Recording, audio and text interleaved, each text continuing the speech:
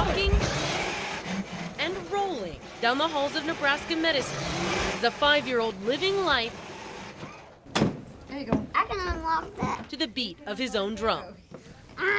Literally. Okay, so we have lots of different drums. Show me what medium sounds like. If it was not for the hospital robes and tubes, Are you gonna sing to me? Hello. you might never know. This Yeah? jam session Hello, Nolan. How are you today?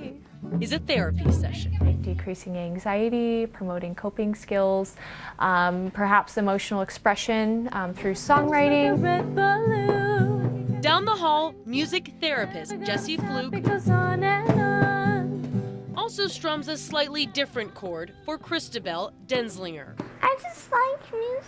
Nolan and Christabel are both recovering from multiple organ transplants. Nolan got a small bowel, large bowel, pancreas, and liver, so 4. She had a small bowel, liver, pancreas, and a small section of colon also, large intestine transplanted. One more solo.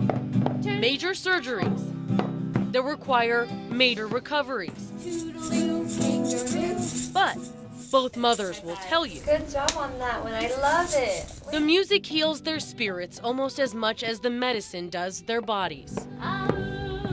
That it brings joy to her in the middle of a lot of unjoyful things. And it has helped her to soothe her when she's upset and anxious. It's helped to put a smile on her face when she's had a tough day. Some days he's not feeling great, and he will perk up for her and just kind of have his best hour or so while she's in there. Musical interventions, What do you play with them? Legos. achieving non-musical goals. There's been a lot of research that shows music can have an impact physiologically when used in a therapeutic setting. And in the time it takes to pluck a chord or hit a drum, a hurting patient becomes a musician writing their own song of recovery. Say, see you later. In Omaha, with photographer Wayne Martino, After a while, crocodile. Aaron Murray, WOWT 6 News. Toodaloo kangaroo. Bye-bye butterfly. Inside Bellevue Elementary, Before you start, make sure you check with me. 4th grade teacher Monica Yvonne goes over strengths with each of her students. Adding and subtracting fractions. And to balance things out, Now let's look at 2 areas we want to work on. they also identify areas of improvement. I'm not sure. I don't know. For Ethan Potberg, it's focus. Is it sometimes hard to focus? Yeah, especially for me. Yeah, why? Because I have ADHD. He liked to jump around a lot. He bounced around a lot. He was all over the room. He was up and down. So Ethan's parents spoke to his teacher about ways to help him focus. One suggestion was if she wanted to bring a yoga ball and get one for him, he could absolutely have that in the classroom. Which is where his yoga ball bounced in. Why do you like the yoga ball as opposed to sitting in a chair? Because it's better to bounce and bounce and bounce and bounce. More and bounce. fun? Yeah. Kind of does it let you get some energy out? Was it hard to sit in a chair? Well, yeah. But then the unplanned happened. Oh my gosh! Ethan overheard something else in his parent-teacher conference that stuck in his head and his heart. We were talking about how I could bring a yoga ball in to sit on. And then she said, well, if I could buy yoga balls for everyone, I'd do it. In that moment, Ethan had a plan. And so on the way home, Ethan had mentioned that he would love to be able to give her yoga balls, and he was going to check in his bank account to see if he had enough money for it. Okay, let's see here. The only problem? His cash flow. 5 plus 9, 14. I have $14. His piggy bank was not holding the kind of dough it would take to buy yoga balls for his whole class. So he decided to rely on a different kind of dough to fund the problem. How do we make cookies, Mom? Read the instructions. Stir cookie mix, softened butter. A few batches of cookies, a GoFundMe page, Success! and a YouTube video later, Ethan reached his goal, buying every kid in his class a yoga ball. There you go. He's very proud of the fact that he's different than other kids. He learns differently, and that's kind of a fun thing to have that sort of a role model. Not all ADHD kids are like that. A lot of times there's a stigma behind it. Any kind of stigma, shut out. Just blue yoga balls helping Ethan and his classmates in numerous ways. And now that the yoga balls are there, I've noticed a improvement in posture and stuff because they're sitting up straight. They can't lay down on their desk like they did before. They'd have to sit up straight and tall and whatnot, and they do a little bouncing now. More bouncing, but also a lot more focus. He's got a heart of gold, he really does. This is not out of his nature to go out of his way to do something special for someone else. In Bellevue with photographer Wayne Martino. For 2 more years, I'm going to have to buy a lot of yoga balls. Aaron Murray, WOWT 6 News.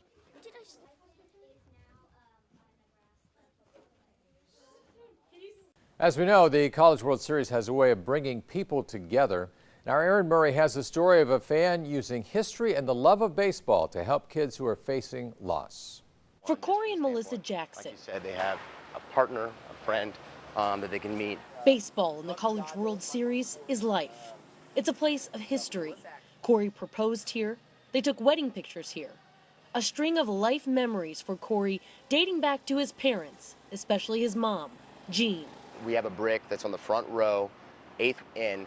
It actually has my mom and my name, Corey and Jean, Section P, row 8, seat 13 and 14, hook 'em horns. A season ticket holder since 1983. We never missed, and that was the thing I think it taught me so much of my life, was that no matter how you're feeling, my mom never used that as any type of crutch or hindrance to keep her from living her life to her fullest. Since he was 3, Corey's mother battled cancer. She once had chemotherapy so bad that it cracked her hip, and she actually had to use a cane, and we never missed a game. Corey's father died when he was 13, and then Jean lost her battle to cancer when he was 16.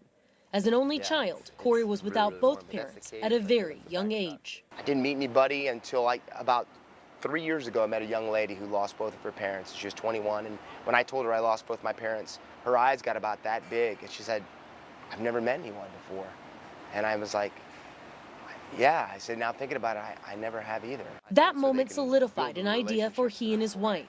They started the Gene Jackson Foundation. The foundation will allow a child who has lost a parent or both parents to come with their surviving parent or guardian to come to one game for an all-expense paid trip here at the College World Series. Corey and Melissa planning for the first kid or kids to come to the 2017 College World Series. But hopefully what we really want to do, we would like to have it so we can have 2 children come so they actually have a buddy early on. And in section 121, Corey hopes to give back to those kids the love of baseball his family gave to him.